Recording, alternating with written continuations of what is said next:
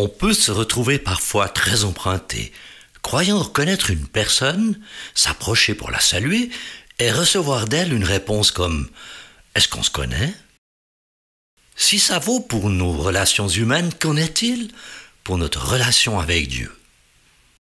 Et si l'Évangile apportait une réponse tout à fait limpide à cette question? Bienvenue sur Allô la vie, le podcast qui te dit tout sur le Jésus de l'Évangile, cet Évangile qui bouleverse depuis 2000 ans des millions de vies, dont la mienne. Je m'appelle Mathieu M. Avec mes invités, je désire te communiquer l'espérance qu'ont fait naître en nous l'exemple extraordinaire de Jésus et sa passion sans limite pour les êtres humains. À toi qui rêves d'un port sûr où amarrer le bateau de ton existence, à toi qui rêves d'une nouvelle manière de vivre, ce podcast est pour toi. Réjouis-toi donc à l'écoute de Allô la vie, tout sur Jésus.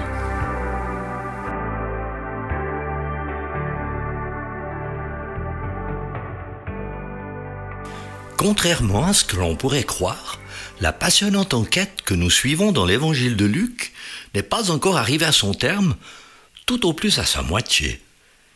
Bien sûr, en commençant la diffusion de ce podcast, j'aurais pu me dire qu'il suffisait de faire un résumé de ce qui à mes yeux paraissait essentiel, et dans un certain sens, pourquoi pas.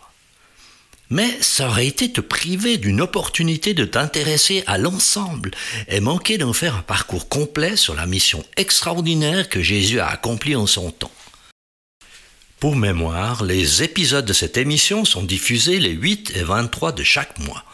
Les 51 épisodes diffusés à ce jour couvrent précisément 13 et 24 chapitres de l'évangile de Luc et sont écoutés dans une 60aine de pays, francophones ou non.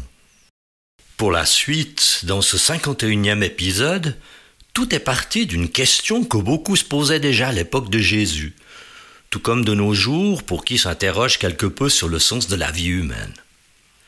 Parti de Galilée, Jésus est en route pour Jérusalem. Une longue marche, même pour un prédicateur itinérant habitué comme lui à se déplacer d'un bout à l'autre du pays.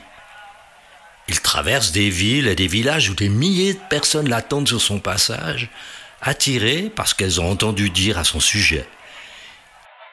Les avis divergent. Certains disent « c'est le Messie attendu, c'est un prophète, si Dieu n'était pas avec lui, comment pourrait-il faire autant de miracles étonnants ?»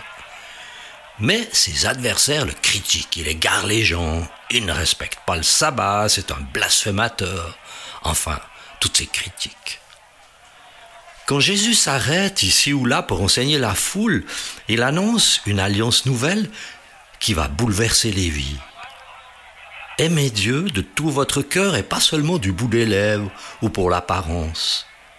Prenez soin les uns des autres comme votre Père du ciel prend soin de vous. Consacrez votre vie à Dieu, faites-le passer en premier en tout. Cultivez le bien, fuyez le mal, aimez la vérité et haïssez le mensonge. Accueillez la lumière de Dieu dans votre cœur et chassez-en les ténèbres. Confronté à des paroles aussi fortes, il n'est pas rare que pour beaucoup se pose la question du salut. Luc nous rapporte ce qui suit. Jésus traverse les villes et les villages et il enseigne en faisant route vers Jérusalem. Quelqu'un lui dit « Seigneur, n'y a-t-il que peu de gens qui soient sauvés ?» Il leur répond « Efforcez-vous d'entrer par la porte étroite. En effet, je vous le dis, beaucoup chercheront à entrer et ne le pourront pas. Quand le maître de la maison se sera levé et aura fermé la porte, vous qui êtes dehors, vous commencerez à frapper à la porte en disant « Seigneur, Seigneur, ouvre-nous !» Il vous répondra « Je ne sais pas d'où vous êtes. » Alors vous vous mettrez à dire « Nous avons mangé et bu devant toi, tu as enseigné dans nos rues. » Il répondra « Je vous le dis, je ne sais pas d'où vous êtes. Éloignez-vous de moi, vous qui commettez l'injustice. » C'est là qu'il y aura des pleurs et des grincements de dents quand vous verrez Abraham, Isaac, Jacob et tous les prophètes dans le royaume de Dieu et que vous serez jetés dehors. On viendra de l'Est et de l'Ouest, du Nord et du Sud et l'on se mettra à table dans le royaume de Dieu. Certains des derniers seront les premiers et d'autres parmi les premiers seront les derniers. Maintenant, est-ce que l'homme qui a posé la question sur le salut a été éclairé par la réponse? Oui, car Jésus a été en un peu plus clair. Venus de partout, beaucoup prendront place au repas dans le royaume de Dieu. Mais attention, il ne suffira pas de vouloir, pour forcément pouvoir, participer à ce festin. Tous ne le pourront pas, et pourquoi ça? Écoute. Plusieurs, en voyant que la porte est étroite, s'en iront vivre leur vie à leur aise, sans se soucier de Dieu.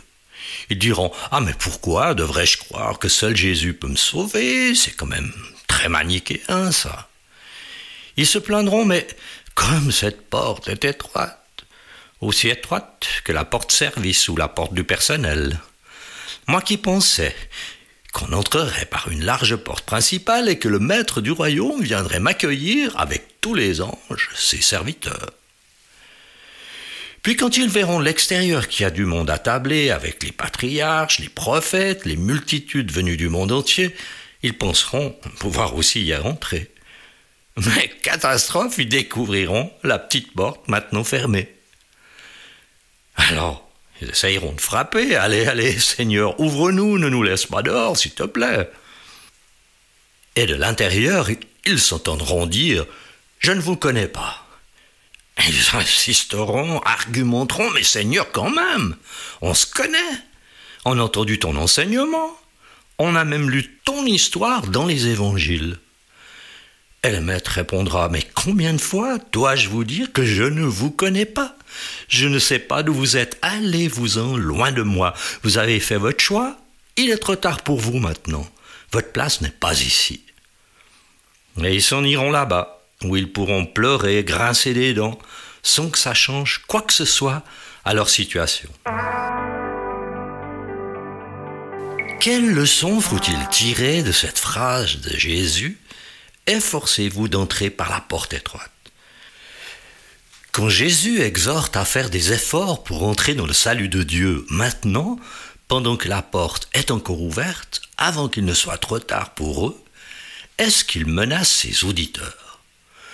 Ou n'est-ce pas plutôt un avertissement qu'il adresse aux êtres humains, un geste d'amour plutôt, comme lorsque des parents avertissent leurs enfants des dangers qui les guettent, ou de ce qui pourrait leur arriver de mal? Est-ce qu'à toi ça t'est déjà arrivé de ne pas tenir compte de leurs conseils et de t'en mordre les doigts, tellement les conséquences ont été difficiles pour toi par la suite?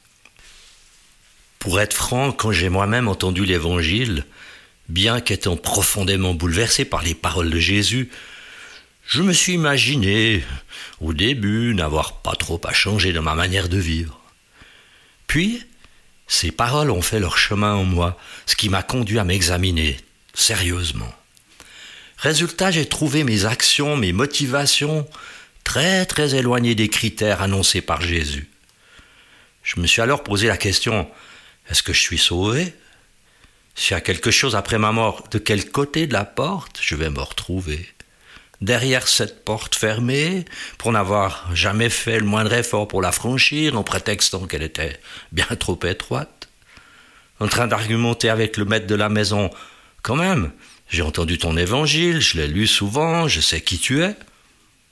Et d'avoir à entendre le verdict terrible venir de l'intérieur, je te le répète, moi je te connais pas, je ne sais pas d'où tu viens.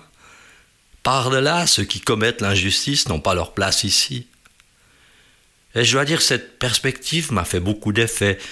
Je me suis vu tellement loin du salut, le cœur tellement sale devant la pureté infinie de Dieu, que je me suis mis à pleurer, à supplier « Seigneur, sauve-moi, sors-moi de cet état de mort spirituelle, relève-moi ». Et ce soir-là, je peux m'en souvenir comme si c'était hier, j'ai ressenti la présence aimante de mon Père Céleste envahir mon cœur, le rassurer. Celui qui croit en moi, a dit Jésus, est passé de la mort à la vie. Et dès lors, j'ai pu chanter ce chant de reconnaissance qui dit « J'étais perdu, maintenant Jésus m'a trouvé. J'étais mort et maintenant je vis pour l'éternité avec Dieu. »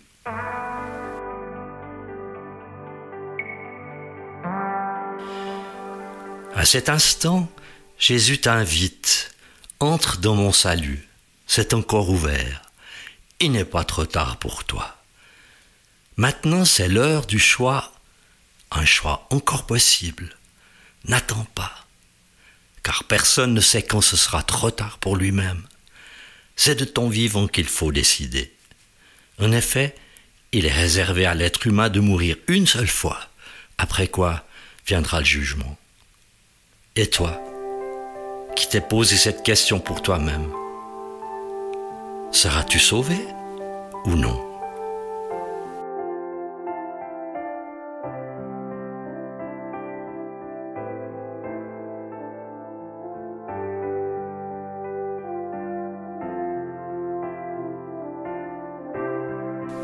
Voilà la fin de ce 51e épisode. Dès récemment, il est possible de s'abonner directement à l'émission et recevoir de moi un mot pour t'informer de chaque nouvel épisode. Si tu ne l'as pas encore fait, c'est très simple. Dans les références au bas de la description du présent épisode, le lien du site web de l'émission est indiqué. Clique sur ce lien, ensuite sur s'abonner, renseigne ton adresse email et confirme-la quand cela te sera demandé. C'est tout. Je précise encore que c'est entièrement gratuit. À bientôt sur Allô la vie, tout sur Jésus.